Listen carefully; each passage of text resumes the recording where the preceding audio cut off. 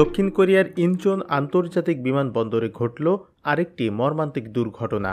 রবিবার 181 জন আরোহী নিয়ে বিধ্বস্ত হয় একটি বিমান, যেখানে প্রাণ হারিয়েছে অন্তত 151 জন। এই ঘটনা আবারও আকাশপথে যাত্রার নিরাপত্তা নিয়ে প্রশ্ন উঠেছে। যদিও বিমান ভ্রমণ সাধারণত নিরাপদ বলে বিবেচিত হয়, তবুও ইতিহাসে এমন কিছু মর্মান্তিক দুর্ঘটনা ঘটেছে যা বিশ্ববাসীকে স্তব্ধ করে দিয়েছে। চলুন বিশ্বের শীর্ষ 7 বিমান দুর্ঘটনার বিষয়ে জেনে নেই। নেপালের এয়ারলাইন্সের মর্মান্তিক দুর্ঘটনা। 2023 সালের 15 জানুয়ারি নেপালের পোখারা শহরে একটি এয়ারলাইন্সের ATR 72 বিমান বিধ্বস্ত হয়। বিমানে 72 জন আরোহীর কেউই বাঁচতে পারেনি।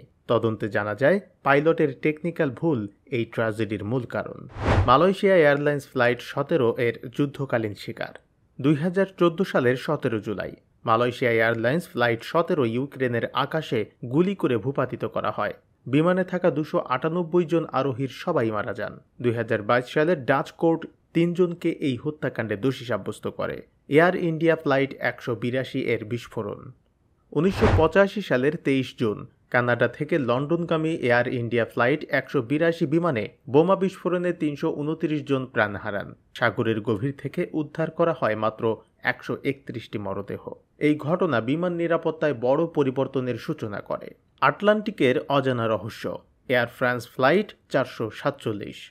2009 সালের 1 জুন ব্রাজিল থেকে ফ্রান্সগামী এয়ার ফ্রান্স ফ্লাইট 447 আটলান্টিক মহাসাগরে হারিয়ে যায়। যান্ত্রিক ত্রুটি ও ক্রুদের ভুল সিদ্ধান্তে 228 জন আরোহীর সবাই প্রাণ হারান। বিমানটি উধাও হওয়ার আগে 24টি স্বয়ংক্রিয় বেতার সংকেত পাঠিয়েছিল। Turkish airlines flight 981। 1974 সালের 3 মার্চ ফ্রান্সে টার্কিশ এয়ারলাইন্স ফ্লাইট 981 বিধ্বস্ত হয়। বিমানের কার্গো দরজার নকশায় ত্রুটির কারণে 346 জন আরোহী মারা যান। এই দুর্ঘটনার পর ভবিষ্যতের বিমানের কার্গো দরজার নকশায় বড় পরিবর্তন আনা হয়। Japan airlines flight 123। 1985 সালের 12 আগস্ট জাপান এয়ারলাইন্স ফ্লাইট 123 524 জন আরোহী নিয়ে বিধ্বস্ত হয়। টেকনিশিয়ানদের ত্রুটিপূর্ণ রক্ষণাবেক্ষণ ছিল এই বিপর্যয়ের কারণ। নিহতদের সংখ্যা বিবেচনায় এটি ইতিহাসের সবচেয়ে বড় বিমান দুর্ঘটনা। 4 জন আরোহী বেঁচে গেলেও তারা দীর্ঘমেয়াদী শারীরিক ও মানসিক ক্ষতির শিকার হন। দাদ্রির আকাশে মুখোমুখি সংঘর্ষ।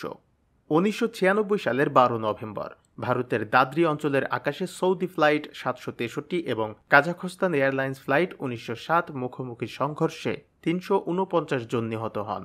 এই ঘটনার পর বিমান চলাচলের জন্য নতুন এয়ার ট্রাফিক কন্ট্রোল পদ্ধতি এবং রাডার ব্যবহারের গুরুত্ব বৃদ্ধি পায়। জবাবদিহি ডেস্ক রিপোর্ট।